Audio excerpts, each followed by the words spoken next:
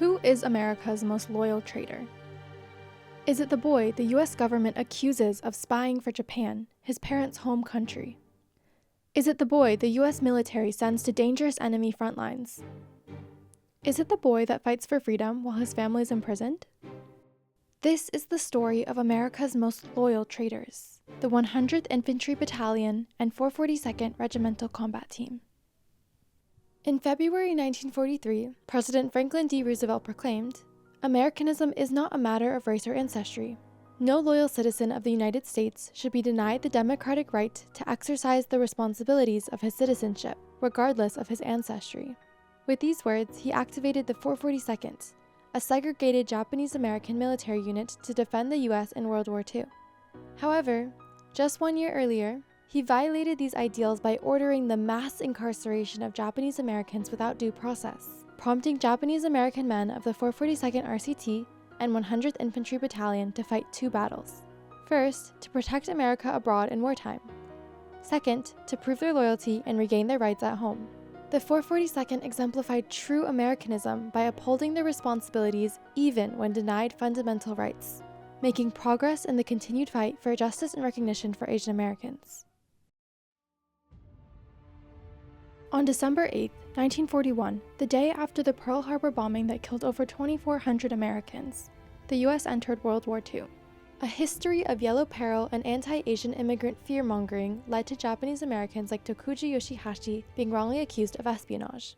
I didn't bomb Pearl Harbor, but the people where my parents came from, they're the ones that did it, but I'm an American. With no evidence of disloyalty, President FDR's Executive Order 9066 forcibly incarcerated over 120,000 innocent Japanese Americans. Under the guise of protecting the larger American population, the US government failed its responsibility to protect Japanese Americans' rights to due process.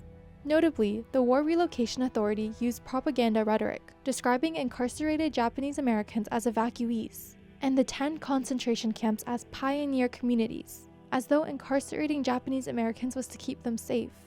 Meanwhile, most Japanese Americans in Hawaii, comprising 35% of the territory's population, were not incarcerated because of their importance to Hawaii's economy. By selectively incarcerating Japanese Americans, the government prioritized its financial stability over responsibly protecting the rights of its citizens. While a national poll revealed that the majority of Americans supported the incarceration of Japanese Americans, prominent figures like First Lady Eleanor Roosevelt advocated for their quick release from concentration camps. Fighting against Jim Crow segregation and for equality under the 14th Amendment, the NAACP's lawyer wrote, "Color seems to be the only reason why American citizens of Japanese ancestry are in camps." In June 1942, the 100th Battalion became World War II's first segregated unit of 1,400 second-generation Japanese Americans, or Nisei. Their fight to prove their loyalty paralleled World War II's Navajo Code Talkers and the WWII campaign, which advocated for black soldiers to fight fascism abroad and for equality at home. After training at Camp McCoy in Wisconsin and Camp Shelby in Mississippi, the Japanese-American battalion went to Italy. They endured harsh conditions and successfully liberated many Italian towns from the Germans. Given the elite performance of the 100th Battalion, General Clark said, "These are some of the best fighters in the US Army. If you have more, send them over." However, some leaders questioned Nisei Soldiers. General DeWitt said, "A Jap is a Jap. It makes no difference if he's an American citizen or not."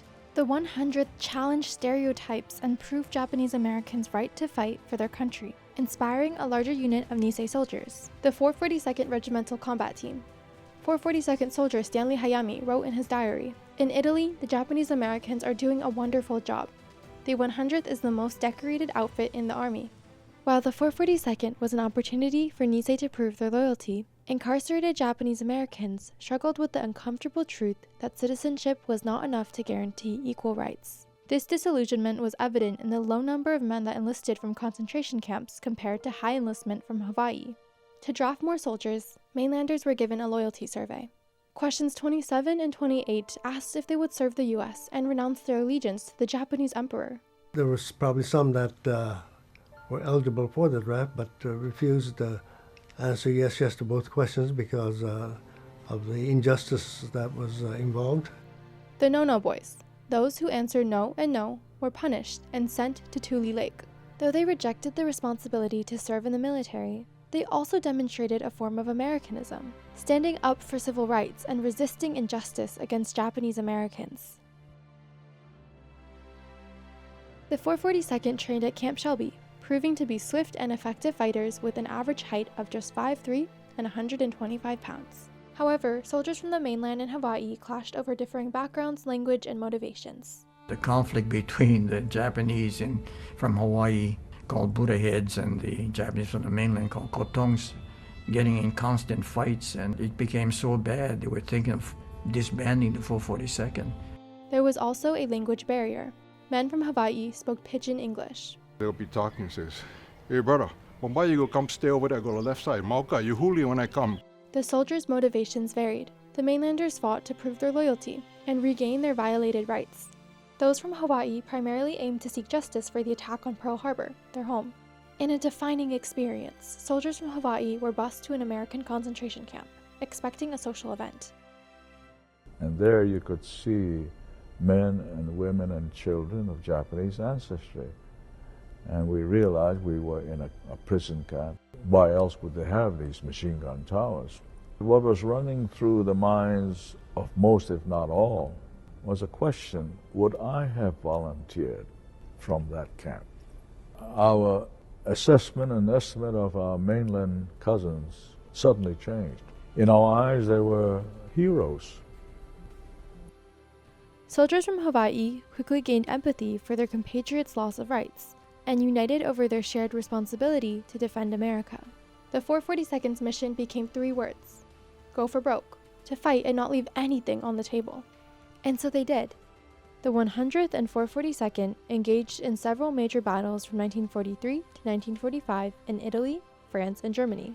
In the rescue of the Lost Battalion, a 6-day battle in the Vosges Mountains of France, they saved 211 trapped Texan soldiers but suffered over 300 Japanese-American casualties. When General Dahlquist ordered the 442nd for review and only saw a few soldiers standing, Rudy Tokiwa recounted Colonel Miller's tearful response. And he said, "This is all I have left." Can you imagine the feeling he must have had to think that he had to order people to go out and get killed when it was these people that put the families into concentration camp and they're still there? For their tremendous sacrifices and deep sense of responsibility, the 100th became known as the Purple Heart Battalion, and the 442nd became the most highly decorated unit for size and length of service in U.S. history. Despite victory overseas, the men of the 442nd returned home in 1945 to continued struggles. They returned home to minimal assistance and displaced families, who received just $25 and a train ticket after release. In Hawaii, Japanese Americans took on the responsibility to build banks when they were denied loans and employment. They achieved Hawaii statehood, in part by reminding the U.S. government of the 442nd sacrifice for Texans in France. Then, 442nd veterans, including Hawaii Senators Inoue and Spark Matsunaga, fought for the 1988 Civil Liberties Act. This served as an official apology from the U.S. to incarcerees and paid them $20,000, 46 years after Executive Order 9066. Today, honoring the 442nd service helps highlight Asian Americans' historical contributions to the U.S. If more people understood the struggles, valor, and patriotism of the 442nd, could we avoid history repeating itself? Would Vincent Chin still have died because of anti-Japanese sentiment and the perpetual foreigner myth? Would Muslim Americans have suffered from xenophobia and wrongful accusations post 9/11? The 442nd adopted their responsibility to serve America, despite having their rights taken away at home. They fought for military defense, and they fought for basic American rights. Their struggle on 2 fronts ultimately redefined what it means to be an American patriot. President Bill Clinton addressed Nisei Soldiers. They helped to define America at its best. Rarely has a nation been so well served by a people it had so ill-treated. The story of the 442nd is one of defenders, falsely accused traitors, and men who in the end proved to be the most loyal of all.